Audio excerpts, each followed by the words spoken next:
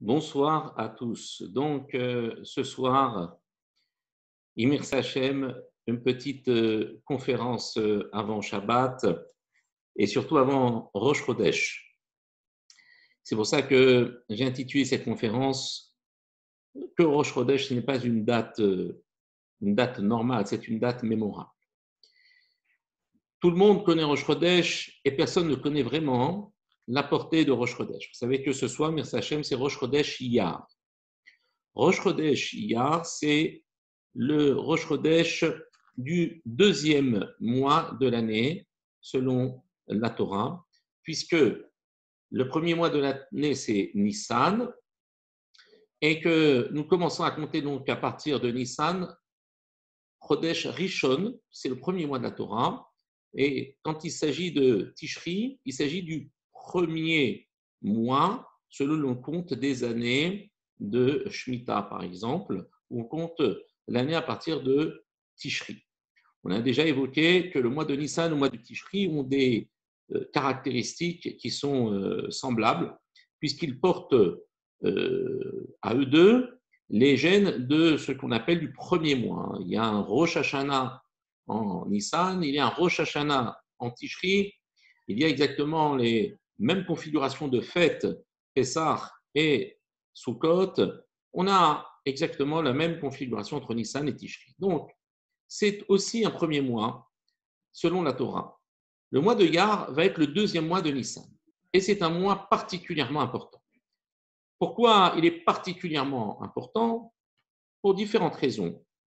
Et nous choisirons uniquement de rapporter une raison ce soir.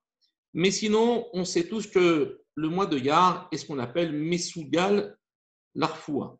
Il est particulièrement comment dire, il porte une vertu pour la guérison. Donc, quoi de plus normal que de pouvoir, Be'ezat Hashem, pendant ce mois de Iyar, prier pour tous nos malades.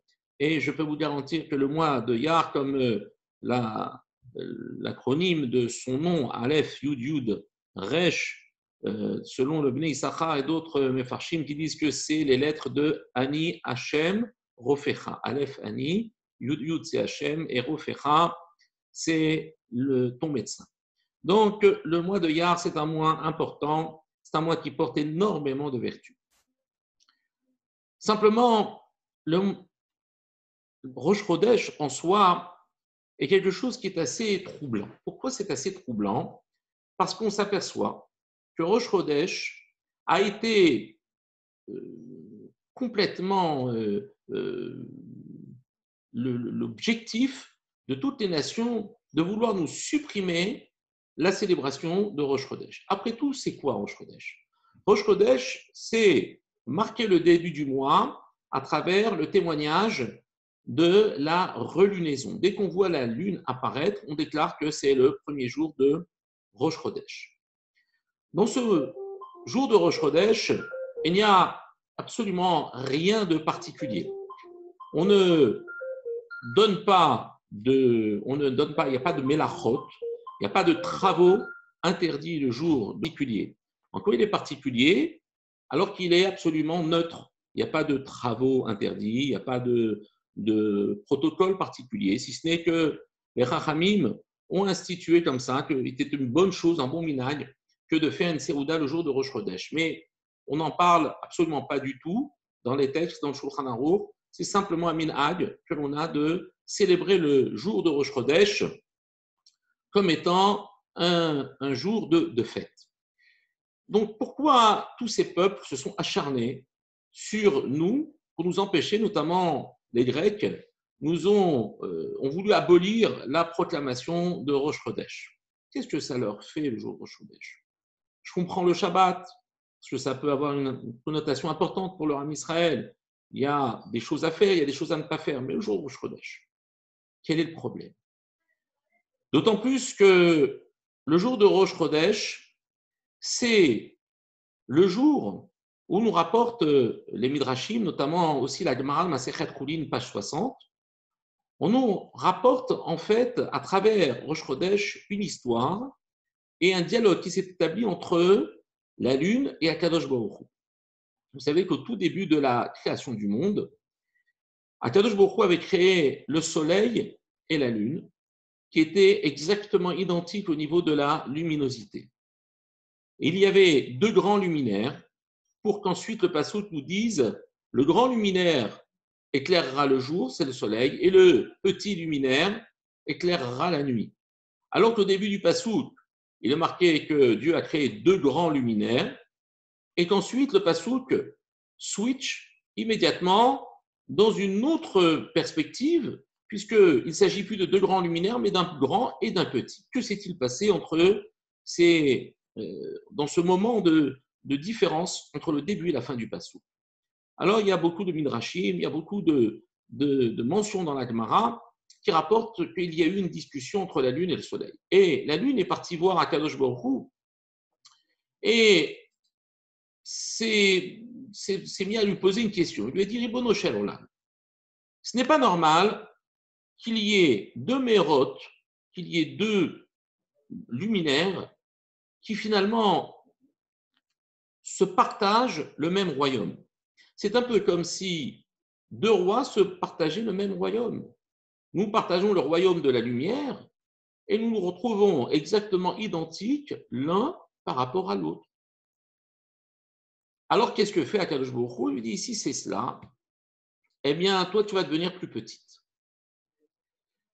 Et le Midrash nous rapporte que la lune semble affectée par le fait que sa demande auprès d'Akadosh Baruch Hu s'est soldée par, malheureusement, une forme de sanction.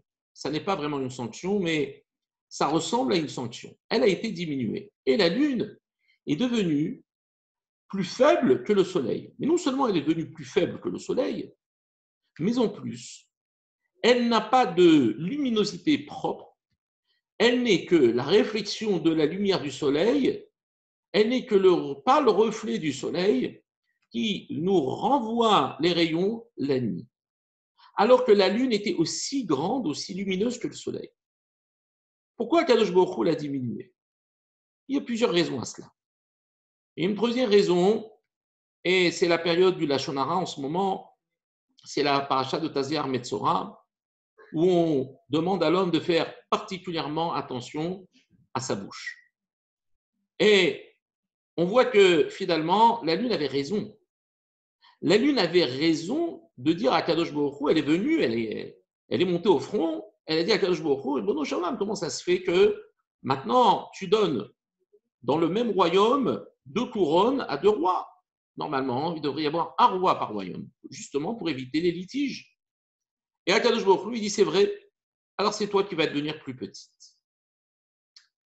Et là, le Rav Michael Pérez Shlita rapporte dans son Sefer Aolé Orot HaTorah, il rapporte juste un petit enseignement de nous dire que voilà, qu'en fait, Akadosh Baruch Hu aurait pu rapetisser le soleil et laisser la lune telle qu'elle est, mais il a choisi de rapetisser la lune et pas le soleil. Pourquoi? Parce que le soleil n'a rien dit.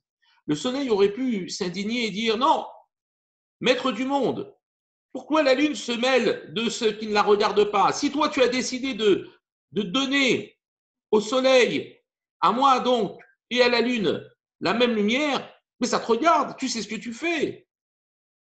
Il n'a pas voulu intervenir, il s'est tu. Pour s'être tu, il a mérité de garder la luminosité qu'il avait au moment de la création du monde. Donc on voit l'importance de ne pas toujours vouloir, entre guillemets, monter au front, même si on a des arguments qui sont justes, eh bien le feu, ça brûle quand même, même si on ne met pas la main dans l'intention de se brûler. Il y a des situations qui sont endommageantes, même si je n'ai pas l'intention d'endommager qui que ce soit. Il faut apprendre à se taire. Il faut apprendre à rester en retrait et accepter la Xerat Hashem, le décret divin. Ça, c'est une première explication, mais on ne va pas s'en contenter et on va continuer un petit peu dans notre approfondissement. Donc, qu'est-ce qui se passe? Il se passe que la lune réclame à Kadosh Baruch Hu justice et c'est elle qui va se faire rapetisser.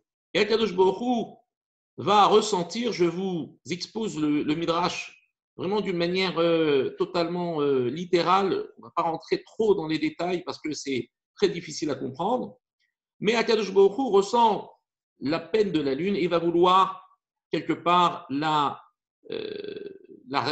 l'apaiser et se réconcilier avec elle. Et au final, il va lui proposer d'apparaître la nuit, mais seule, sans la présence du soleil, alors que le jour, elle pourra aussi apparaître en présence du soleil. Donc, lui donner quelque part une part sur le royaume de la lumière du jour. Mais ça a l'air de ne pas satisfaire la lune. La lune reste toujours silencieuse. Et Akadosh Baruch Hu va lui dire, pour toi, je vais créer les étoiles. Je vais créer des étoiles parce que les étoiles n'étaient pas en fait à l'origine du monde. Et que lorsque la lune a été affectée par la sanction que Dieu lui a affligée, alors Akadosh Baruch Hu lui a dit, écoute, toi, tu auras des étoiles qui t'escorteront, mais le soleil n'en aura pas. Et au fur et à mesure, on voit que la lune n'est pas satisfaite. Et on a l'impression qu'un accord est parvenu entre la lune et Akadosh Baruch Hu lorsqu'il va lui dire, c'est à partir de toi que le mois va commencer. Nous compterons le mois, les bénis Israël compteront le mois à partir de ta relunaison. Mais seulement la question demeure. Pourquoi ne lui a-t-il tout simplement pas redonné sa luminosité antérieure? Pourquoi il a eu besoin de passer par d'autres processus, comme si, finalement, la fonction de la Lune était de rester petite? En quoi la Lune avait quelque part, à l'intérieur de cette requête, avait quelque part laissé entendre qu'elle voulait être petite, qu'elle ne voulait pas être aussi grande que le soleil. Elle ne voulait pas, elle ne cherchait pas à ce que le soleil soit plus petit qu'elle, mais elle voulait comprendre comment se fait-il que deux astres brillent autant de la même manière alors qu'ils se partagent le même royaume, celui de la lumière. Et Akadosh Baruch Hu comprend la Ta'ana. Il comprend la Ta'ana de la lune, il comprend l'argument de la lune et va dire c'est toi qui vas être plus petite. Qu'est-ce que ça nous apporte ici comme notion? En vérité, la lune, c'est une tzadékette. La lune, c'est une tzadékette et elle cherche uniquement à glorifier Akadosh Baruch Hu. Elle veut que Akadosh Baruch Hu manifeste sa royauté dans le monde. De quelle manière? En disant à Dieu, Ribono Shel Olam, maître du monde, lorsqu'on voit le soleil briller, lorsqu'on me voit briller, on a l'impression que nous sommes des donneurs, que la lumière, la chaleur vient de nous, mais rien vient de nous. Nous sommes que les reflets de ta lumière à toi. Nous sommes les reflets de ce que tu nous donnes comme pouvoir, mais nous ne sommes rien. Si nous regardons notre luminosité telle que nous sommes, mais nous occultons ta royauté, nous laissons penser aux hommes que nous sommes ceux qui leur faisons du bien. Or, ce n'est pas le cas. Nous ne sommes pas méritants pour ce que nous sommes. Nous sommes parce que tu as voulu que nous sommes. Et donc, rien ne nous revient, aucun mérite. Si les gens nous voient comme ça, si forts, si lumineux, si intenses, ils vont se tromper. Et ta royauté ne sera pas justement respectée. Alors, qu'est-ce qu'elle demande? Elle demande d'être plus petite. Mais pourquoi elle ne demande pas d'être plus petite tout de suite? Parce que, en fait, la Lune, elle, voulait être plus petite pour pouvoir, en fait, exprimer la notion de royauté dans le monde. Qu'est-ce que cela veut dire?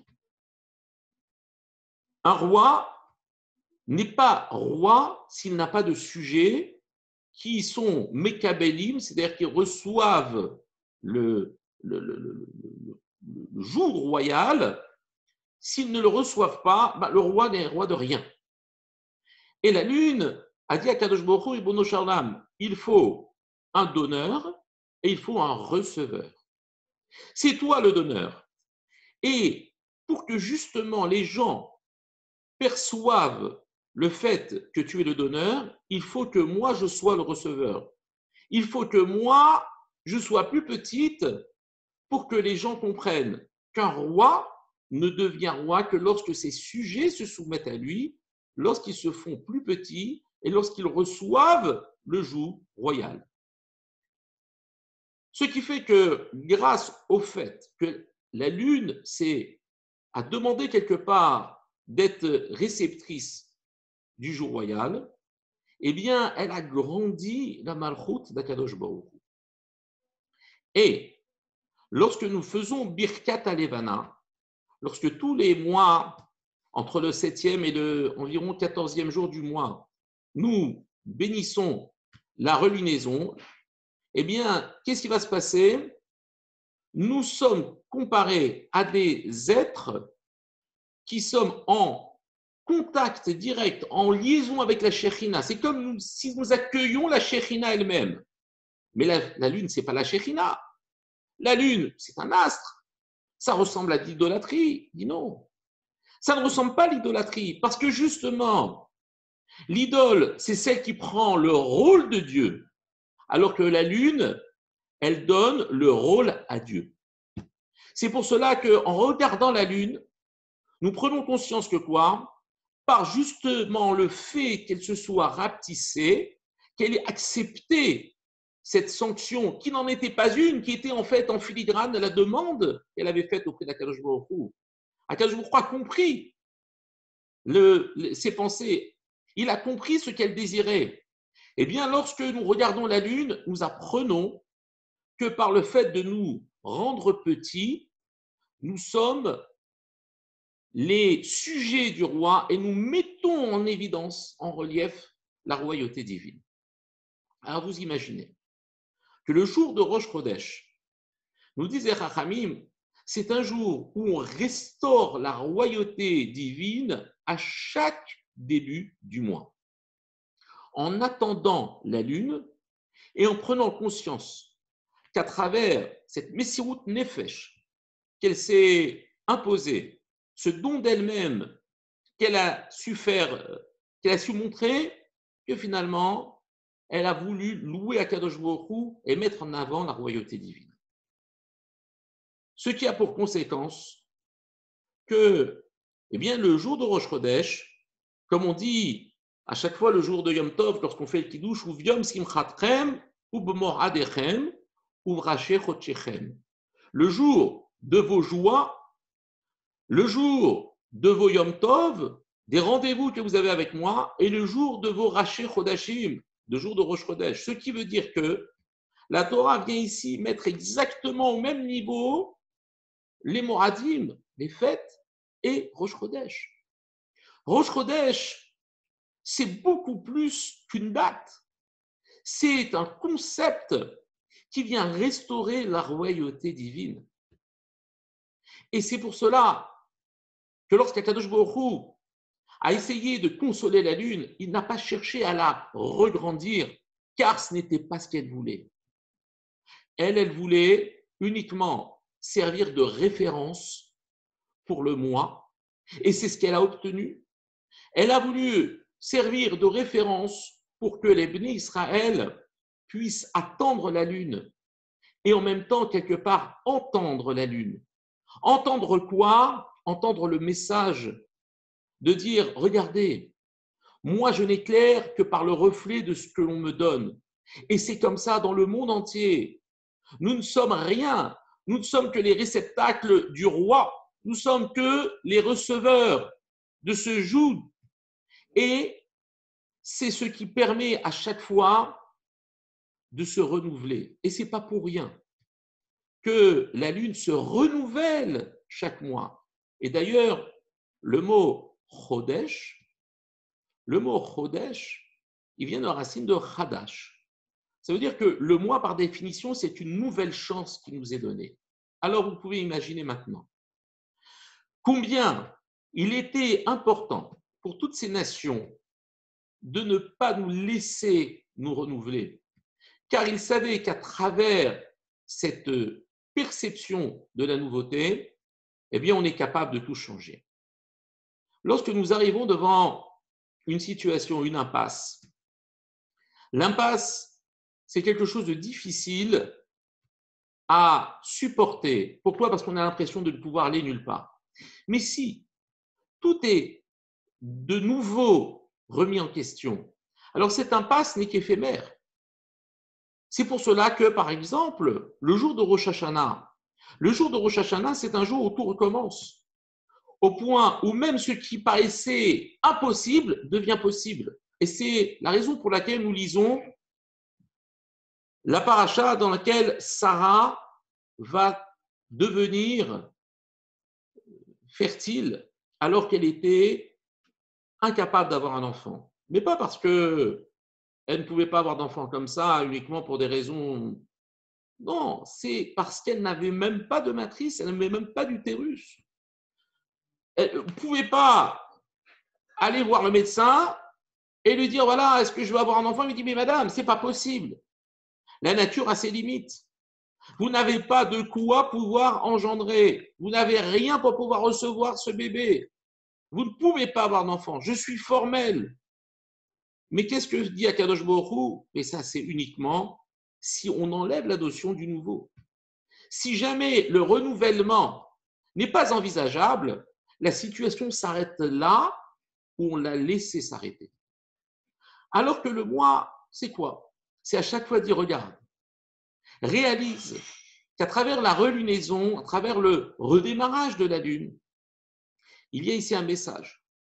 C'est que la Lune a une nouvelle chance parce qu'elle a accepté le joug divin, parce qu'elle s'est complètement annulée à Kadosh Baruch Hu. Et parce que ça a été sa volonté, parce qu'elle n'a pas pu supporter de pouvoir être regardée comme la donneuse, comme celle qui prodiguait la lumière et la chaleur. Il dit non, je ne veux pas de ça, je veux que ce soit toi qui sois à l'honneur.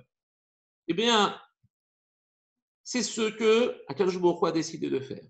Et il a donné à la Lune exactement comme elle a demandé. Alors maintenant, lorsque nous voyons que finalement la Lune, c'est quoi? C'est le remariage, quelque part, entre le donneur et le receveur. C'est d'exprimer que dans ce monde-là, il n'y a pas de monde qui puisse fonctionner s'il n'y a pas un donneur et un receveur.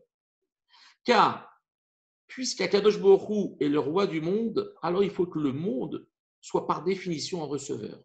Si jamais le monde se substitue au rôle de donneur, il cache la royauté divine. Et c'est malheureusement tout ce que le monde a l'air de faire. Lorsque nous voyons le monde évoluer, le monde s'appelle Olam, et Olam vient d'une racine qui veut dire Elem, qui veut dire dissimuler. Nous sommes dans un monde où il y a un voile qui passe devant nous et qui nous empêche de voir la divinité. Mais c'est une volonté divine. Akadosh Baruch Hu veut se cacher pour laisser justement à l'homme la possibilité de vivre. Mais seulement, Akadosh Baruch Hu, il a envie d'une relation avec son peuple, il a envie d'une relation avec le monde d'ici-bas et avec une de ses essences qui est la Shekhinah. La Shekhinah, c'est l'expression divine qui est la plus accessible à l'être humain, mais qui est aussi appelée celle qui va recevoir, Mekabelet. La Shekhinah va recevoir d'Akadosh Baruch Hu. C'est comme si Akadosh Baruch Hu avait donné une partie de lui, de telle manière qu'il puisse donner à une partie de lui pour laisser justement le monde continuer à s'exprimer et à vivre. Car il n'existe pas de monde s'il n'y a pas d'échange. C'est valable. Vous avez remarqué qu'il y a un bien, il y a un mal, il y a un haut, il y a un bas, il y a une gauche, il y a une droite. Le monde est dans la binarité, il est dans la polarité. Le monde n'est pas dans l'unité, c'est Akadosh Baruch Hu qui est dans l'unité. Et il existe en fait ces échanges dans le monde qui permettent au monde de pouvoir continuer à exister. Si tout ça fusionne, c'est fini, il n'y a plus de libre arbitre. Il n'y a plus de possibilité ni d'aller à droite ni d'aller à gauche. On n'a même plus de mobilité, on n'a même plus d'évolution, on devient statique.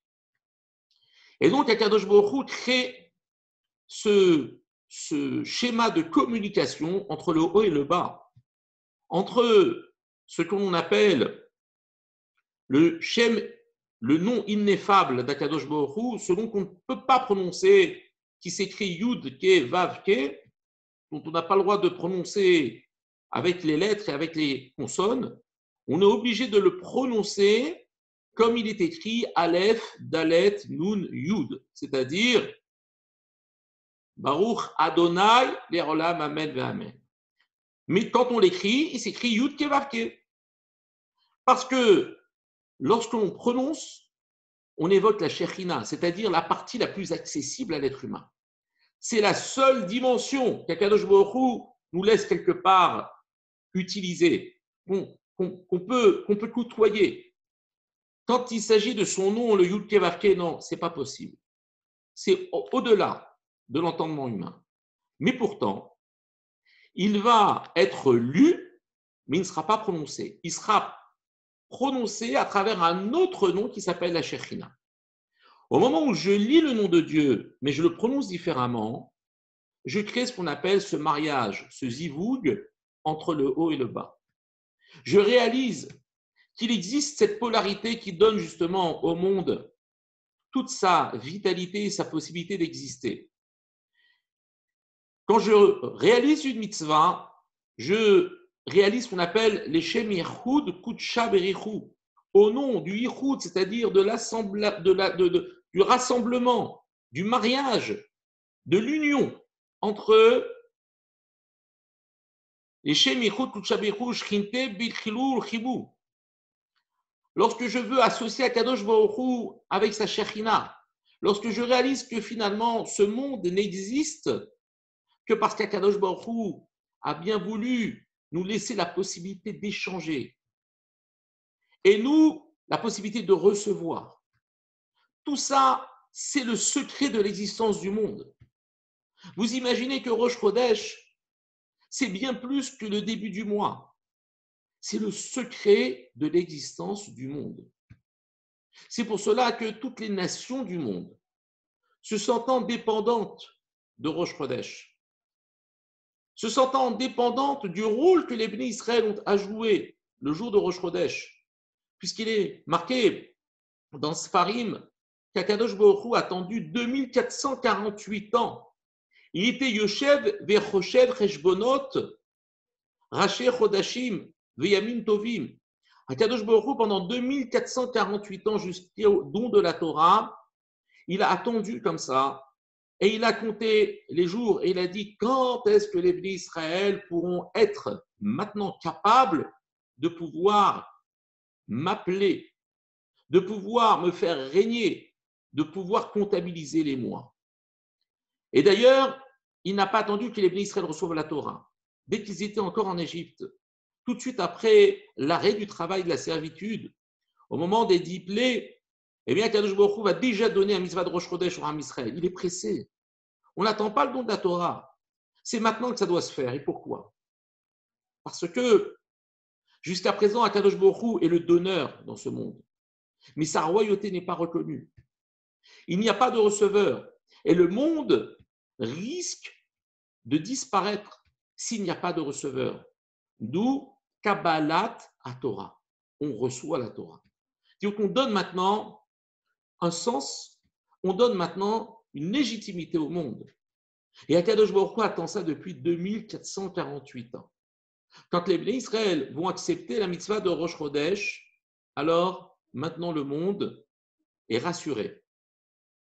Parce qu'au moment de Matan Torah, le monde s'est mis à trembler. Pourquoi il s'est mis à trembler? Parce qu'il a eu peur que le Ham Israël ne soit pas en mesure de l'accepter. Ne soit pas capable de pouvoir maintenant donner un kiyum, une existence au monde. Ce qui s'est passé, c'est qu'Akadosh Baruch Hu a attendu ce moment avec impatience. Et maintenant, ce sont les malachim qui demandent à Akadosh Baruch Hu quand est-ce que c'est Rosh Chodesh? Et Akadosh Baruch Hu leur dit attendez, laissez-moi, j'entends mes enfants, quand ils diront que c'est Rosh Chodesh, ça sera Rosh Chodesh. Akadosh Baruch Hu nous laisse et nous donne la possibilité d'être quelque part des donneurs. Vous imaginez le chesed qu'Akadosh Baruch Hu fait à l'égard du Ham Israël. Vous savez, dans toute l'histoire des fêtes, nous sommes des receveurs. Pour Kippour, on reçoit le pardon. Pour Shavuot, on reçoit la Torah. Pour Pessah, on reçoit la liberté. Pour Sukkot, on reçoit la protection divine. Mais on n'est que des receveurs. Maintenant, Akadosh Baruch Hu va nous porter au rang qui est supérieur. C'est qu'au lieu d'être le mendiant qui tend la main et lui, toujours celui qui donne, il va me donner la possibilité. Dieu va s'effacer pour me donner la possibilité de lui donner, de participer, comme on a vu hier, au maintien du monde. Un peu comme si on voulait faire plaisir à un pauvre qui se sent tellement reconnaissant, tellement lié à ce sentiment de honte et de dépendance vis-à-vis de moi. Eh bien, lorsqu'il va m'offrir quelque chose, je vais l'accepter, bien que je n'en ai pas besoin. Moi, j'ai tout. Je suis le donneur. Eh bien, il faut apprendre à un moment donné à être le receveur pour grandir celui qui reçoit. Donc, Akadosh Baruch Hu, jusqu'à présent, dit au Ham Israël, je peux vous donner sans cesse, mais je vais vous donner encore plus que ce que je vous donne. C'est je vais vous donner le pouvoir de donner, pas simplement de recevoir. Et le jour de Rosh Chodesh, nous déclarons Rosh Chodesh, et c'est le Beddin d'en bas qui déclare Rosh Chodesh. Et les Malachim disent à Kadosh Baruch Hu, Ribono Shel Olam, quand est-ce que c'est Rosh Chodesh? Ils ne le savent pas. Non, ils ne le savent pas. Dieu a occulté dans le monde céleste, il a occulté cette notion de Rosh Chodesh pour laisser aux enfants, au Béné Israël, la possibilité de dire c'est maintenant. C'est tellement fort le pouvoir qu'Akadosh Baruch Hu donne au Ham Israël que le Ham Israël est capable de changer la nature du monde si jamais il décide que le jour de Rosh Chodesh serait à un autre moment que le moment qui était normalement prévu. Ils peuvent changer le cours du temps. Ils peuvent tout changer. Je ne vais pas rentrer dans les détails, mais ils ont la possibilité de tout changer, même ce qui paraît inchangeable. Le jour de Rosh Hashanah, c'est le jour de Rosh Chodesh par excellence. C'est le premier jour du premier mois. C'est le Rosh Chodesh par excellence. Rosh Hashanah, c'est quoi? C'est un Rosh Chodesh. C'est le premier jour du mois. Mais qu'est-ce qui va se passer? Sarah Imenou, qui ne pouvait pas avoir d'enfant parce que c'était impossible, elle n'avait pas de matrice. Elle ne pouvait pas, par définition, avoir un enfant. Elle a eu ses règles. Elle a pu ensuite enfanter Yitzhak. Vous imaginez que quand l'impossible devient possible, ça c'est uniquement par le mérite de la nouveauté.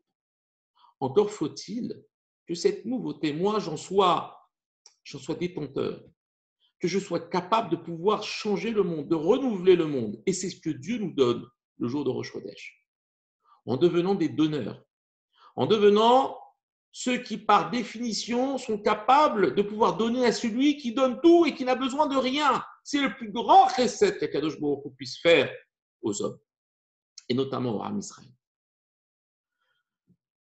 Maintenant que nous sommes arrivés là, nous allons avancer, merci Hachem, vers une notion que nous avons abordée tout à l'heure, mais que nous allons maintenant conclure avec.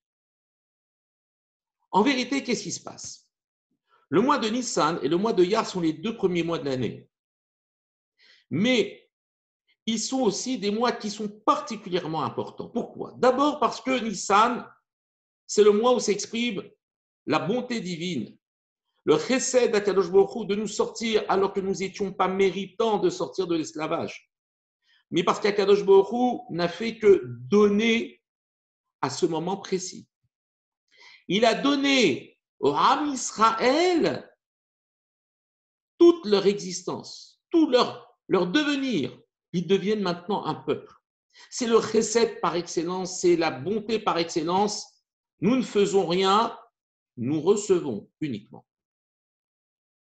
Maintenant, dans le mois de Nissan, il va y avoir la fête de Pessah. C'est quoi la fête de Pessah? Ça s'introduit avec le Korban Pessah, ce sacrifice qu'on offre, qu'on mange le jour de Pessah. Et les Chachamim nous expliquent qu'à travers ce Korban Pessah, il fallait être pur pour pouvoir le consommer. Si jamais la personne était contractée l'impureté, elle ne pouvait pas manger de ce Korban Pessah. Elle était dispensée. Qu'est-ce qui s'est passé? Au moment du premier Korban Pessah ou du deuxième Korban Pessah en sortant d'Égypte, eh bien, le peuple était, pour certains d'entre eux, dans l'incapacité de manger le Korban Pessah. Ils n'étaient pas tous. Puisqu'ils étaient impurs, ils n'avaient pas l'obligation de le manger. Et même, ils n'en avaient pas le droit. Ils ne pouvaient pas manger le Korban Pessah. Mais ce n'est pas de leur faute. Ce n'est pas de l'impureté qu'il a volontairement contractée. C'est de l'impureté qui lui est arrivée. Il a été en contact avec un mort sans le vouloir, ou il a dû s'occuper de ses frères qui mouraient dans le désert et qu'il fallait enterrer. Qu'est-ce qui s'est passé à ce moment-là? Ça aurait pu se solder par un silence. Qu'est-ce que tu veux qu'on fasse? On peut pas. C'est la vie. Mais ceux qui étaient impurs sont partis voir Moshe Rabbeinu et lui ont dit, pourquoi on aurait moins que les autres? Pourquoi nous, qui sommes impurs, nous ne méritons pas de pouvoir apporter le Korban Pessah comme nos frères? Alors Moshe Rabbeinu lui a dit, je vais demander à Kadosh Baruch Hu ce qu'il en est. Et à Kadosh Baruch Hu, qu'est-ce qu'il a dit? Il a dit que dans un mois, c'est-à-dire jour pour jour, 15 yards pendant le mois de Iyar, ils feront un sacrifice qu'on appelle Pessar Sheni. Ils auront une deuxième chance de pouvoir offrir un sacrifice et de pouvoir manger le Korban Pessah dans les mêmes conditions de respect de la matzah et de l'absence de Hametz. Et Akadosh Baruch Hu donne une deuxième chance à qui? À ces êtres qui demandent et non pas qui se sont résignés parce qu'ils étaient patours. Du coup, le mois de Iyar, c'est quoi? Le mois de Iyar, c'est celui qui contient la fête de Pessah, mais pas le Pessah que Dieu a donné à l'homme en le sortant d'Égypte, alors qu'il n'était pas méritant, mais le Pessah que l'homme a demandé à Dieu. Aïe, aïe, aïe, aïe. Et là, qu'est-ce qui se passe? Il se passe que les 2 mois qui sont collés l'un à l'autre, le mois de Nissan et le mois de Iyar, est exactement comparable à un homme et à une femme qui s'unissent parce que chacun désire l'autre. Il n'y a pas qu'un seul donneur, il n'y a pas qu'un seul receveur, il y a aussi un demandeur. Et ça change considérablement les choses, puisque ça vient maintenant consolider la relation qu'il y a entre le Ham Israël et Akadosh Baruch Hu. Le Ham Israël aurait pu dire, oh, ça y est, on n'est pas tour. Ils sont partis jusqu'à demander que Dieu institue pour eux une nouvelle fois Pessah. Mais cette fois-ci, ça sera le Pessah de l'homme et non pas le Pessah de Dieu. Alors, vous pouvez vous imaginer à quel point ces 2 mois sont tellement importants puisqu'ils sont par définition les 2 zivoudim, c'est-à-dire que on va rassembler l'homme, c'est-à-dire Nissan, qui lui fait figure d'honneur, et la femme qui est Yar, qui fait office de receveur, mais aussi de demandeur.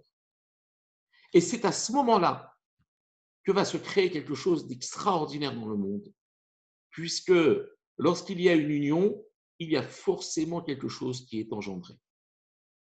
Et c'est là le secret du mois de Iyar, côte à côte avec le mois de Nissan.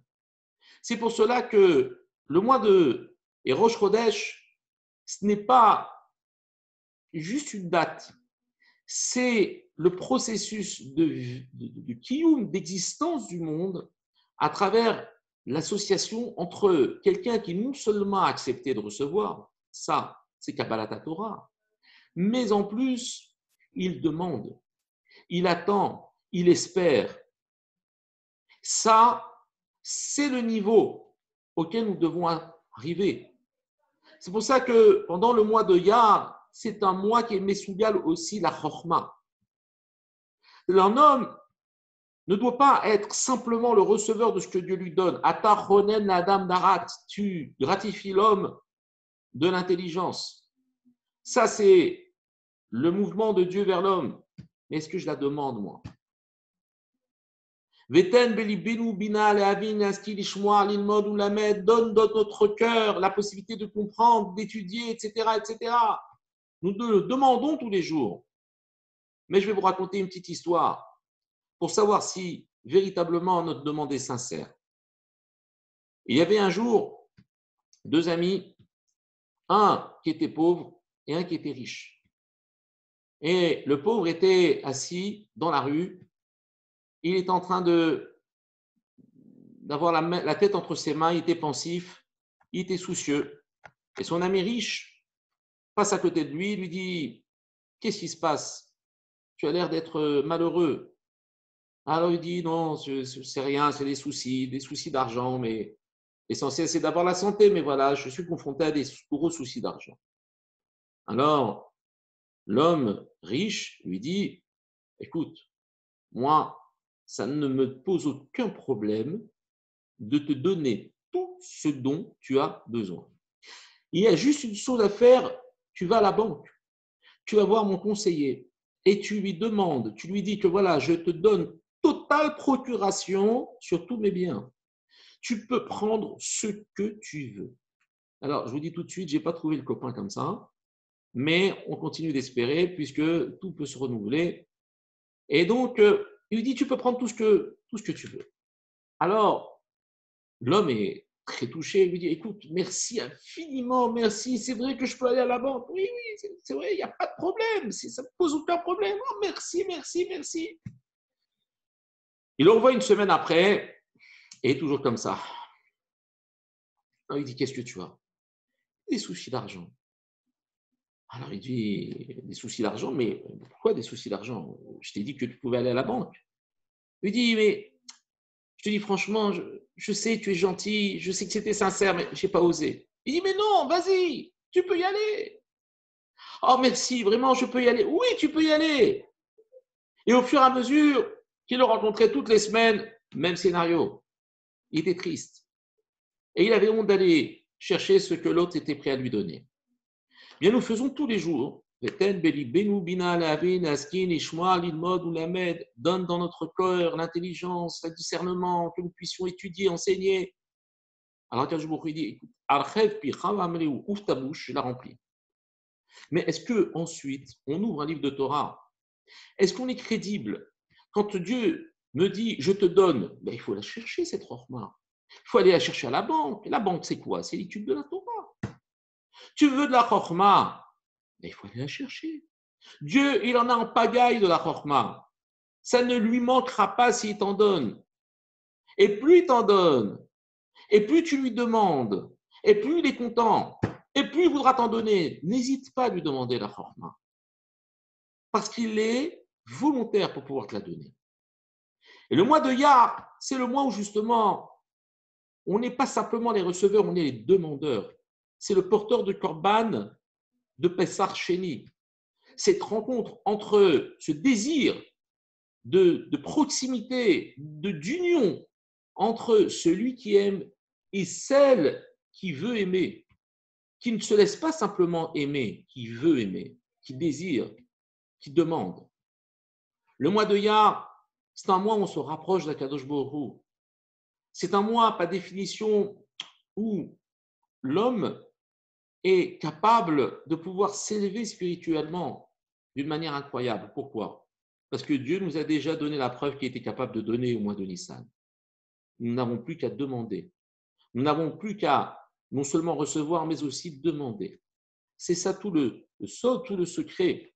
C'est pour ça que les nations du monde, ils ne voulaient pas qu'on célèbre Rosh Chodesh, parce qu'ils ne voulaient pas donner au Ham Israël l'espoir du renouveau. Et ils voulaient les confronter devant l'échec, devant la fadeur de la vie, devant l'insipidité de la vie. Il ne voulait pas qu'ils se relèvent. Il voulait qu'ils restent des êtres soumis, des êtres receveurs et non pas des demandeurs, et pas des hommes ou des femmes capables de dire à partir de maintenant, tout va changer. C'est quelque chose qui donne un pouvoir considérable et c'est la force du Ram Israël qui sait comment il sait se relever de ses cendres. Quel pays, quelle nation, après ce que nous avons subi comme pogrom, comme extermination, comme haine, comme jalousie, quel peuple est capable aujourd'hui de donner la morale à tout le monde entier, de montrer comment, en l'espace de 80 ans, on est aujourd'hui capable de montrer que 80 ans, c'est la vie d'un homme, c'est rien. Des empires qui ont duré des décennies, des siècles entiers, n'existent plus. Il n'y a que des reliques, il n'y a que des vestiges, il n'y a que des musées. Mais chez le Ram Israël, il n'y a pas de musée parce que on ne se contente pas de ce que l'on a vécu. On ne se résigne pas devant l'impossible. C'est pour cela qu'on ne stocke pas les vestiges. On ne se rappelle pas. On renaît. On redevient. On change tout. Tout est possible. Ça, c'est le message avec vous que je voulais vous apporter, Be'ezrat Hashem, Yehi Ratzon, que par cette conviction que tout peut changer, que même si les médecins aujourd'hui disent on ne peut rien faire, on est submergé, il y a des cas irréversibles, cet homme ne pourra plus revivre, cette femme ne pourra plus marcher. Je vais vous raconter une histoire. Un jour, une histoire authentique. Un jour, une personne m'appelle et me dit, voilà, j'ai un gros souci. Mon enfant est né avec des complications à la naissance et les médecins m'ont dit que ces complications allaient malheureusement faire que l'enfant sera un légume toute sa vie et qu'il vaut mieux maintenant mettre fin à ses jours tant qu'il est à l'état de fœtus, de petit bébé, plutôt qu'il venait de naître, hein, donc il était un nourrisson. À l'état de nourrisson, plutôt que de vous faire endurer la pire épreuve de la vie. Alors il était très embêté parce que d'un côté, il y avait une partie de sa famille qui disait non, il vaut mieux accepter l'euthanasie. Et lui ne voulait pas accepter cela. Il était complètement perturbé. Il m'appelle, il me dit qu'est-ce que je dois faire? Je lui dis c'est pas shoot, il ne faut pas accepter. Mais seulement voilà qu'il était sous la pression de sa famille. Et il y a une partie de sa famille qui disait mais attends, tu ne te rends pas compte, comme ta femme, comme toi, vous ne pourrez jamais assumer une vie aussi difficile. Et il était venu prier quelques jours auparavant à la choule. Il avait des téphilines dans un état. Je n'avais jamais vu des téphilines aussi peu cachères dans leur aspect extérieur. Il ne savait pas. Lui, il avait comme ça ses téphilines, il les mettait tous les jours, depuis sa bar mitzvah, mais il s'était abîmé. Et du coup, cette filine a été décolorée, ouverte, déformée, etc. Il n'est plus cachère. Alors je lui dis, tu sais, déjà, commençons déjà par changer les tefilines. Les tefilines, c'est le lien que tu entretiens avec Akadosh Baruch Hu. Et déjà, ça te permettra, vous savez, tes tefilines, ce sont les lettres de téléphone. Ce n'est pas pour rien. Parce qu'en fait, on communique avec Akadosh Baruch Hu. De la même manière que dans un numéro de téléphone, il faut être ultra précis. Si vous ratez un numéro, eh ben, vous ne pouvez pas toucher la personne que vous voulez atteindre. Et donc, les tefilines, il faut les placer exactement à des endroits bien précis. S'ils sont décalés, s'ils sont mal placés, ce n'est pas valable. Et je dis, changeons déjà les tefilines et gardons l'espoir, Be'ezrat Hashem. Akadosh Baruch Hu m'a mis ça dans la bouche. J'étais dans un supermarché et franchement, la première chose qui m'est venue à l'esprit, c'est que cette tefilin était psouline. Il me dit, mais je n'ai pas les moyens. Je ne peux pas acheter une paire de tefilines tout de suite. Alors je lui dis, ça, ce n'est pas ton problème. Je connais quelqu'un qui peut te laisser en dépôt une paire de tefilines et moi, je m'occupe pour que tu puisses la financer sans mensualité si tu veux. Même si tu veux donner 5 euros par mois, tu donnes 5 euros par mois. Il n'y a pas de problème. L'essentiel, c'est que tu changes tes tefilines. Baruch Hashem, tout de suite, on a pu trouver une paire de tefilines et grâce à Dieu, il a changé ses tefilines. Aujourd'hui, ce garçon, je le vois régulièrement toutes les semaines, n'a absolument aucun problème de santé. Il était condamné par les médecins. Les médecins partaient du principe qu'il allait devenir un légume toute sa vie. Mais je peux vous garantir qu'aujourd'hui, il fait 1m80, il est athlétique, il a 16 ans, Baruch Hashem, et il est en parfaite santé, que Dieu le garde. Ça, c'est quelque chose d'incroyable, mais pas tant que ça. Quand le juif est convaincu que de Dieu, tout peut venir, que tout peut être renouvelé, eh bien, on comprend combien Rosh Chodesh, qui est par définition la tête du nouveau, c'est-à-dire que c'est le principe, la base même de la capacité à se renouveler, puisque la Lune, elle se renouvelle tous les mois, et nous apprend à nous soumettre, à nous effacer pour laisser Dieu régner sur nous. Eh bien, Be'ezrat Hashem, que nous prenions sur nous cette décision de nous dissimuler, de nous cacher derrière Dieu, mais aussi de savoir, au moment où c'est utile, pouvoir lui donner et pouvoir montrer que nous ne sommes pas simplement que des receveurs, mais nous sommes comme un couple qui se donne mutuellement et qui apporte chacun à l'autre. Be'ezrat Hashem, qu'Akadosh Baruch Hu soit mevatel kol gezerot kashot ve'arot et apporte la refoua shelema à tous les cholés de Ram Israël et que nous puissions, Be'ezrat Hashem, très prochainement, tous nous diriger en Eretz Israël pour accueillir le Mashiach Tzidkenu. Amen.